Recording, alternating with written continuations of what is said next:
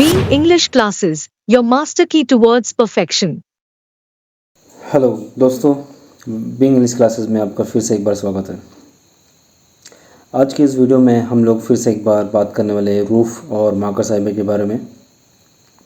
ये लेसन का तीसरा वीडियो है और जैसे कि मैं हर बार आप लोगों से कहता हूँ कि अगर आप लोग इस वीडियो पर नए आए हैं तो इसके पहले जो मैंने वीडियोस अपलोड किए हैं पार्ट 1 और पार्ट 2 और जितने भी जो सेकेंड ईयर के जितने भी लेसन्स हैं जो मैंने अपलोड किए हैं वो सारे आप लोग देख सकते हो। चलिए बिना वक्त ज़ाया किए हम लोग आगे बढ़ते हैं इस लेसन के बारे में। तो पिछली बार मैंने आप लोग से बात की थी इरोको ट्री के बारे में।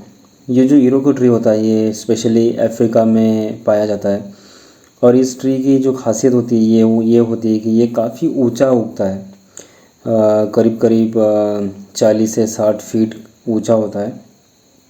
तो अफ्रीका के जो लोग होते हैं ये अक्सर इस पेड़ से लकड़ियाँ लेते हैं ताकि वो अपना घर का चूल्हा वगैरह जला सके और इसके मदद से खाना वगैरह पका सके और जो भी काम वो कर सके। यहाँ पर इरोको ट्री जो है इसे रिफ़र किया जा सकता है मार्कस आइबे के साथ में, क्योंकि जो गांव वाले हैं वो कहते हैं कि मार्कस आइबे उस इरोको ट्री की तरह है कि अगर अभी जो इसका इस्तेमाल हम लोग कर सकते हैं, इसका जो फ़ायदा ले सकते हैं, फिर उसके बाद हम इसका फ़ायदा नहीं उठा सकते। यानी कि मार्कस आइबे यही सही वक्त है मार्कस आइबे से बेनिफिट लेने का, उससे मुनाफा कमाने का। ठीक है, तो आगे बढ़ते हैं। Roof had to agree. Roof को जो ये गाँव वालों ने कही ये बात इरोको ट्री के बारे में, वो सही लगी कि वो खुद मार्कस आइबे से बहुत सारे फ़ायदे हासिल कर चुका है, क्योंकि वो मार्कस आइबे का एक असिस्टेंट बना था। तो जाहिर सी बात है किसी मिनिस्टर का एक असिस्टेंट बनना अपने आप में एक बहुत बड़ी बात है, क्योंकि जब एक इंसान, कमज़ोर इंसान एक ताकतवर इंसान से जुड़ जाता है तो उस कमज़ोर इंसान ताकतवर इंसान के बराबर उसे एक ताकत मिलती है। ठीक है, यहाँ पर मैं एक एग्ज़ाम्पल आपको देता हूँ। अगर किसी मिनिस्टर का जो पर्सनल असिस्टेंट है, ठीक है, वो जब किसी ऑफिस में जाकर ये कहता है कि वो फ़लाने मिनिस्टर का असिस्टेंट है, तो जाहिर सी बात है क्योंकि वो मिनिस्टर को सारे के सारे लोग इज़्ज़त देते हैं, उसी तरह से क्योंकि ये जो पर्सनल असिस्टेंट है वो उस मिनिस्टर से जुड़ा हुआ है तो उस असिस्टेंट को भी उसी तरह की इज़्ज़त दी जाएगी जहाँ कहीं भी वो जाएगा। तो यहाँ पर जो रूफ था वो मार्कस आइबे का पर्सनल असिस्टेंट था और उसने मार्कस आइबे का पर्सनल असिस्टेंट होने का जो फ़ायदा उसने जो हासिल किया है वो आगे हम लोग अभी देखेंगे। He had lately been taking down a lot of firewood himself. यहाँ पर फायरवुड क्या है, जो बेनिफिट्स है। Only yesterday he had asked Marcus for one of his many rich ropes and had got it। देखो यहाँ पर फ़ायदे दिखाए जा रहे हैं कि मार्कस आइबे से रूफ ने कितने फ़ायदे हासिल किए। परसों ही यानी कि हाल ही में मार्कस आइबे से रूफ ने एक रोब यहाँ पर कि पुराने ज़माने में जो राजा महाराजा होते थे वो उनके पास एक तरीके का लंबा कुर्ता होता था और वो कुर्ता काफ़ी डेकोरेटिव होता था, उसमें बहुत सारे डिज़ाइंस और एम्ब्रॉयडरी की जाती थी। वो एम्ब्रॉयडरी हो सकती है किसी चांदी के या सोने के जो तार होते हैं उससे बनाई जाती थी। ठीक है, तो यहाँ पर मार्कस आइबे के बाद जितने भी इस तरह के जो कपड़े थे वो रूफ ने मांगे और वो मार्कस आइबे के कपड़े पहना करता था। ठीक है, last Sunday Marcus's wife the teacher that nearly got him in trouble had objected like the woman she was when Roof pulled out his 5th bottle of beer from the refrigerator। देखो यहाँ पर दूसरा फ़ायदा जो है वो roof को जो मिलता है मार्कस आइबे से कि रूफ इतना करीब हो चुका था मार्कस आइबे के कि वो एक मार्कस आइबे का फैमिली मेम्बर बन चुका था। वो जब चाहे वो रेफ्रिजरेटर में जाकर यानी किचन में जाकर रेफ्रिजरेटर खोल कर जो चाहे वो किचन से ले सकता था, खा सकता था। यहाँ पर एग्जांपल दिया है बियर बॉटल के, यहाँ पे 1 2 3 4, जब पाँचवीं बॉटल जब मार्कस आइबे का जब पाँचवीं बॉटल जब रूफ ने पीनी चाहिए उस वक्त मार्कस आइबे की जो बीवी थी वो वही बीवी थी जिसने मार्कस आइबे के ऊपर कंप्लेंट किया था। स्कूल में। ठीक, फिर आगे जाकर वो माका साहिबा की बीवी बन जाती है। जब बीवी ने रूफ के ऊपर ऑब्जेक्शन लिया, रोका रूफ को किचन से बॉटल निकालते वक्त, उस वक्त माका साहिबा इतना गुस्सा हुआ, उसने वहाँ पर मौजूद जितने भी लोग थे उन सारे लोगों के सामने अपनी बीवी को काफ़ी डांटा और फटकारा। तो यहाँ से आप लोग देख सकते हो कि रूफ की जो इमेज है माका साहिबा के दिल में या सामने, वो आप देख सकते हो कि कितनी ज़्यादा है, अपनी बीवी से भी ज़्यादा है। To cap it all, Roof had won a land case recently because among other things he had been chauffeur driven to the disputed side, so he understood the elders about the firewood. तीसरा benefit यहाँ पर roof को जो मिला था वो है कि रूफ एक केस लड़ रहा था एक ज़मीन के बारे में या ज़मीन जायदाद के बारे में, एक केस जो चल रहा था रूफ का।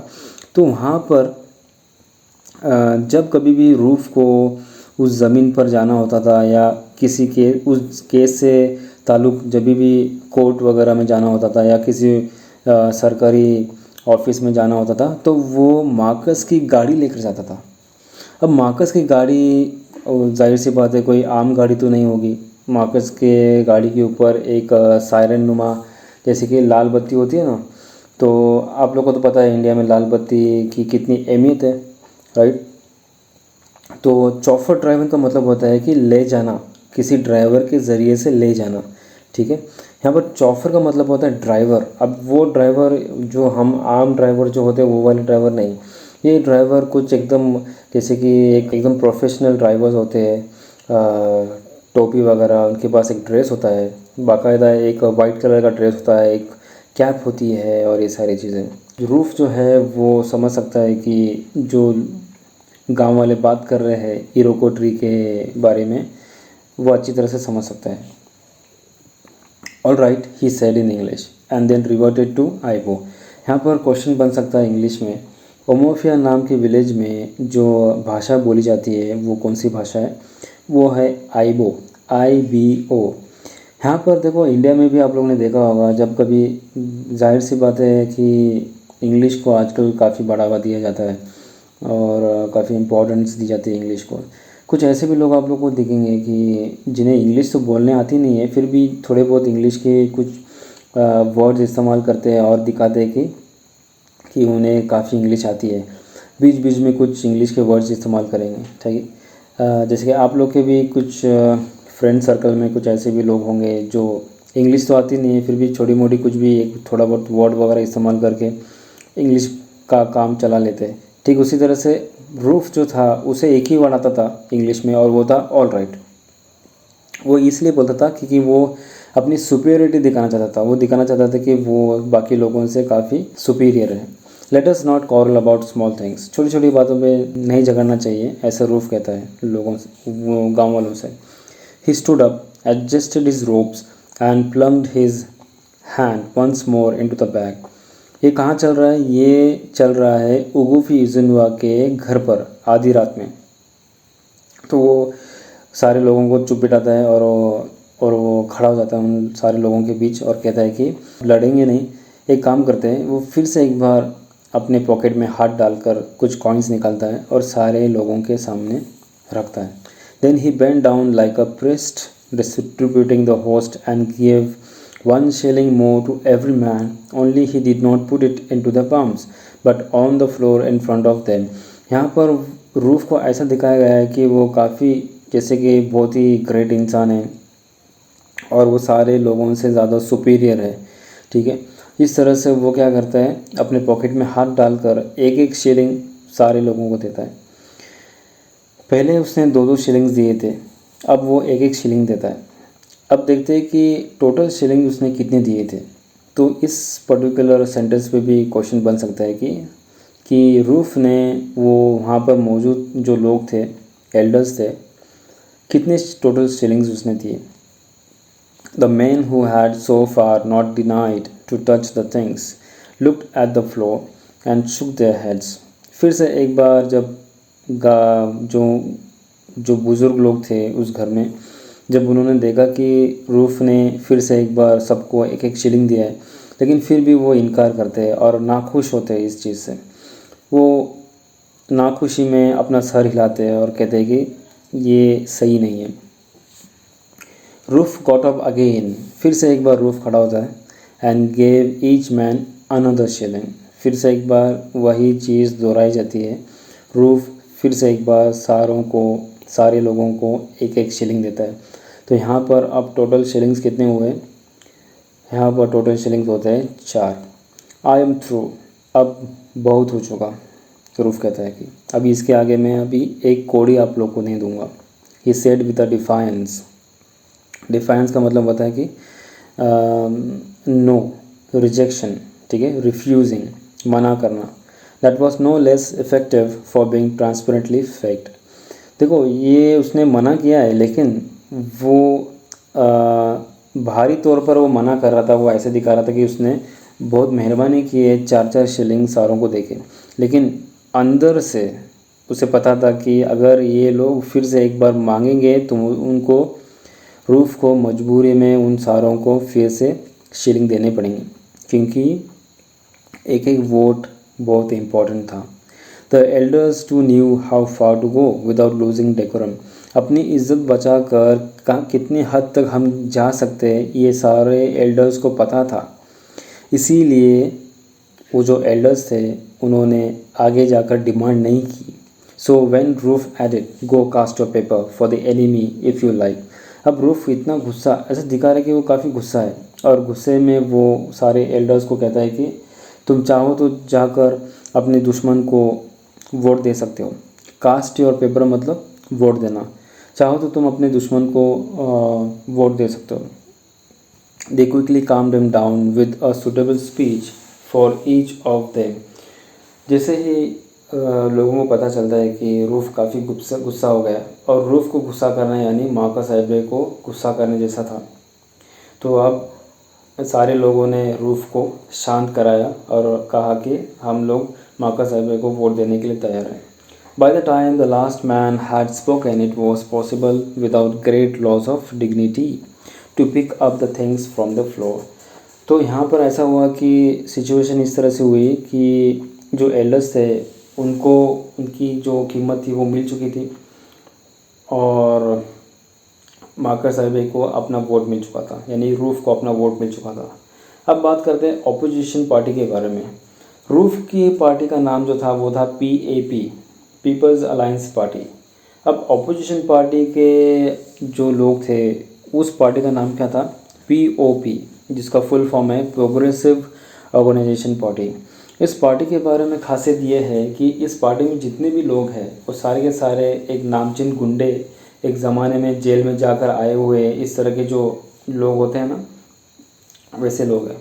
और PAP पार्टी के मुकाबले में, यानी रूफ की पार्टी के मुकाबले में, POP पार्टी वालों ने, ऑपोजिशन पार्टी वालों ने काफ़ी सारा पैसा इलेक्शन में बहाया था। तो यहाँ पर हम लोग बात करेंगे अभी ऑपोजिशन पार्टी के बारे में। The enemy Roof had referred to was a progressive organisation party, POP। जिस दुश्मन के बारे में रूफ बात कर रहा था वो है progressive organisation party, which had been formed by the tribes down the coast to save themselves. ये जो पार्टी के जो मेंबर्स हैं, ये जो अलग अलग कबीले के जो सरदार होते हैं, ये सारे कबीले मिलकर एक साथ इन्होंने ये पार्टी तैयार की है, और ये जो कबीला है ये समुंदर के किनारे पर है। Has the founders of the party proclaimed from the total political, cultural, social and religious annihilation. तो हर एक पार्टी का एक मकसद होता है, हर एक पॉलिटिकल पार्टी का एक एम होता है, ऑब्जेक्टिव होता है कि उन्होंने ये पार्टी किस चीज़ पर ध्यान रखकर इस पार्टी को बनाया है। तो यहाँ पर जो पीपल्स प्रोग्रेसिव ऑर्गेनाइजेशन पार्टी है, इनका मकसद था कि ये ओमोफिया के जो गांव वाले थे या ओमोफिया के जो लोग थे उनको आज़ादी दिलाना चाहते थे पॉलिटिक्स से, कल्चर से, सोशल एंड रिलीजियस एनहिलेशन, यानी कि ये डिस्ट्रक्शन और ये सारी चीज़ें, ठीक है। Although it was clear the party had no chance here, it had plunged with typical foolishness into a straight fight with PAP। POP party वाले जो थे, ऑपोजिशन पार्टी वाले जो लोग थे, उनको अच्छी तरह से पता था कितने भी जिद्दोजहद कर ले वो मार्कस आईबे से जीत नहीं सकते। With typical foolishness into straight fight with PAP, providing cars and loudspeakers to few rascals and thugs to go around and make a lot of noise.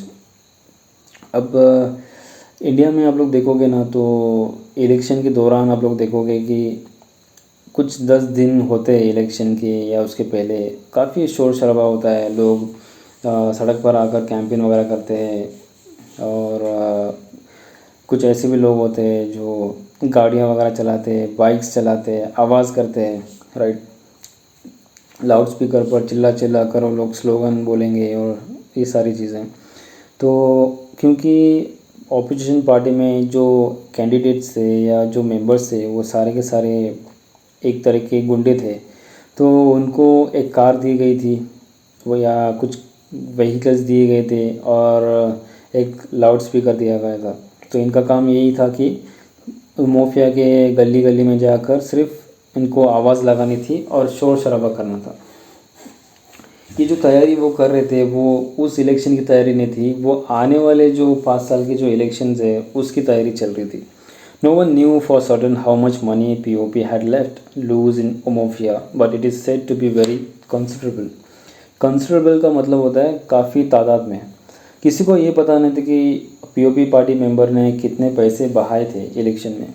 देखो आज का जो इंडिया में क्या होता है कि ये एक कह सकते हैं कि हमारी इंडिया की बदनसीबी है कि जो सही कैंडिडेट होता है उसके पास पैसे नहीं होते इलेक्शन में खड़े होने के लिए, बल्कि इसके बावजूद कि वो उस पर्टिकुलर पोस्ट के लिए काफ़ी लाइबल इंसान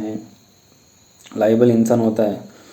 लेकिन कुछ ऐसे पार्टी मेंबर्स होते हैं या कुछ ऐसे लोग होते हैं जिनके पास बहुत सारा पैसा होता है और वो पैसे के बल पर वोट्स खरीदते हैं, जो कि इस लेसन में बता रहे हैं। जैसे कि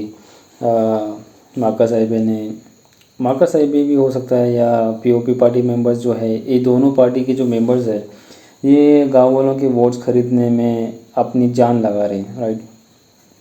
सो the local campaigners would end up very rich, no doubt. So इससे फ़ायदा होता किसे?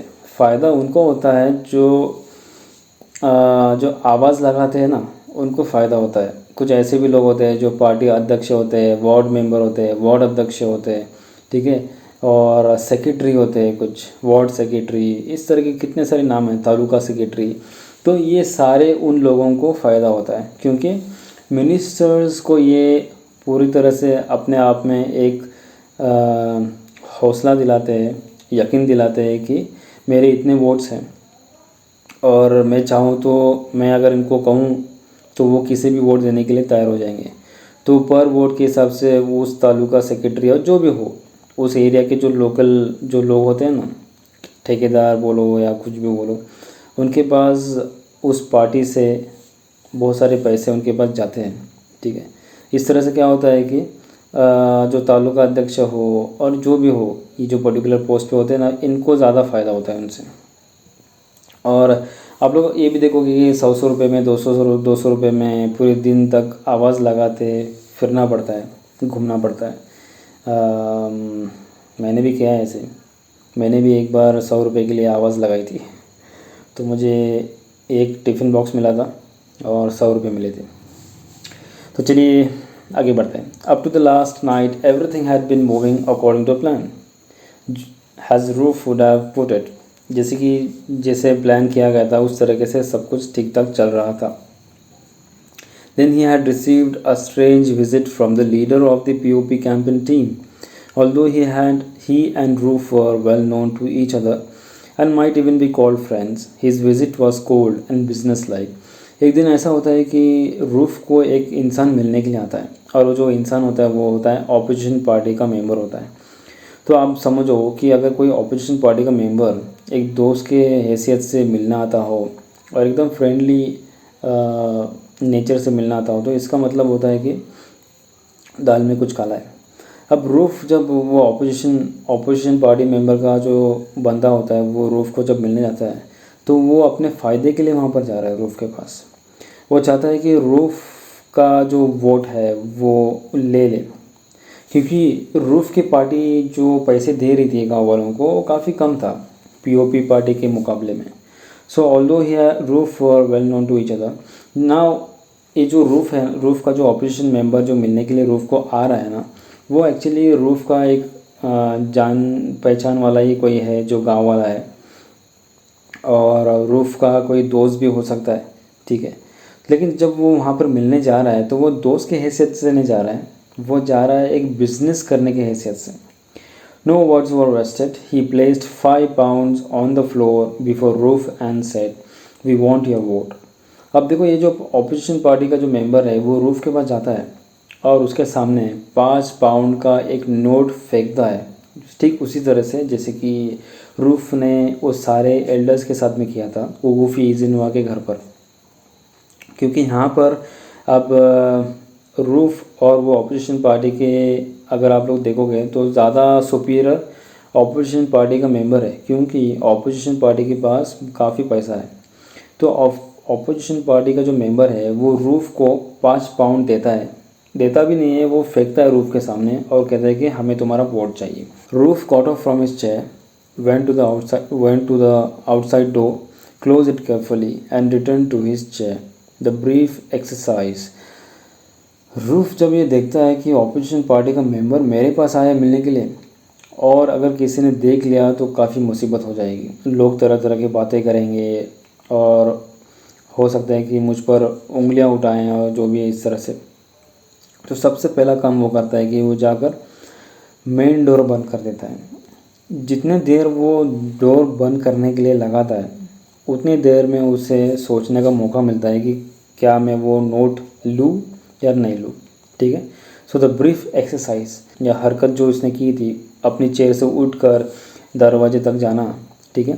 सो वो brief exercise gave him enough time two way the proposition. Two way the proposition का मतलब होता है कि मैं क्या करूँ, मैं पैसा वो जो 5 पाउंड है वो मैं लूँ या नहीं लूँ, ठीक है। As he spoke, his eyes never left the red notes on the floor. He seemed to be mesmerized by the picture of the cocoa farmers harvesting his crops. अब जब रूफ जो था वो एक तरीके से मैं कह सकता हूँ कि वो एक प्रैक्टिकल इंसान था। रूफ की जब रूफ बात कर रहा था उसकी पूरी नज़र उस नोट पर पड़ी थी। वो नोट जो ऐसी थी कि नोट का जो पिछला हिस्सा था वहाँ पर एक कोकोआ फार्म में काम करने वाले जो फार्मर्स थे उसकी पिक्चर थी रेड कलर में। जब जितनी देर वो ऑपोजिशन पार्टी के मेंबर के साथ बात कर रहा था उतनी देर तक उसकी नज़र उस नोट के ऊपर थी। तो इससे हमें पता चलता है कि रूफ को वो 5 पाउंड में काफ़ी इंटरेस्ट था। एग्ज़ाम में ये क्वेश्चन आ सकता है कि वो कितने पाउंड थे, 5 पाउंड थे, ठीक है। मेस्मराइज का मतलब होता है कि अट्रैक्ट होना किसी चीज़ पर। तो उम्मीद करता हूँ आप लोग को ये वाला वीडियो आपको पसंद आया होगा। आप लोग कमेंट किया करो, क्योंकि जब तक आप लोग कमेंट नहीं करोगे तो मुझे आइडिया नहीं मिलेगी कि मेरे वीडियोस आप लोग को कैसे लग रहे हैं। और दूसरा रिक्वेस्ट, चाहो तो मैं आप लोग को ये भी कह सकता हूँ कि एक तरीके से गुरु दक्षिणा कह सकता हूँ। मैं चाहता हूँ कि आप लोग मेरे जितने भी वीडियोज़ हैं वो अपने ग्रुप में अपने दोस्तों तक पहुँचाइए, तो इससे उन लोगों को भी फ़ायदा होगा और इससे चैनल को भी फ़ायदा होगा कि चैनल का नाम होगा, लोगों को पता चलेगा कि बीइंग इंग्लिश क्लास का नाम का भी चैनल है। और कहीं ना कहीं मैं चाहता हूँ कि आपकी कामयाबी में इस चैनल का भी हाथ हो। अगर कुछ नंबर्स आप लोग के बढ़ जाते हैं तो मुझे काफ़ी खुशी होगी। तो चलिए मैं ये वीडियो आज के लिए रोकता हूँ और जो अगला पार्ट जो आने वाला है इस वीडियो का मैं उसके लिए तैयारी करता हूँ। तो उम्मीद करता हूँ आप लोगों को ये वीडियो काफ़ी पसंद आया होगा। Thank you so much.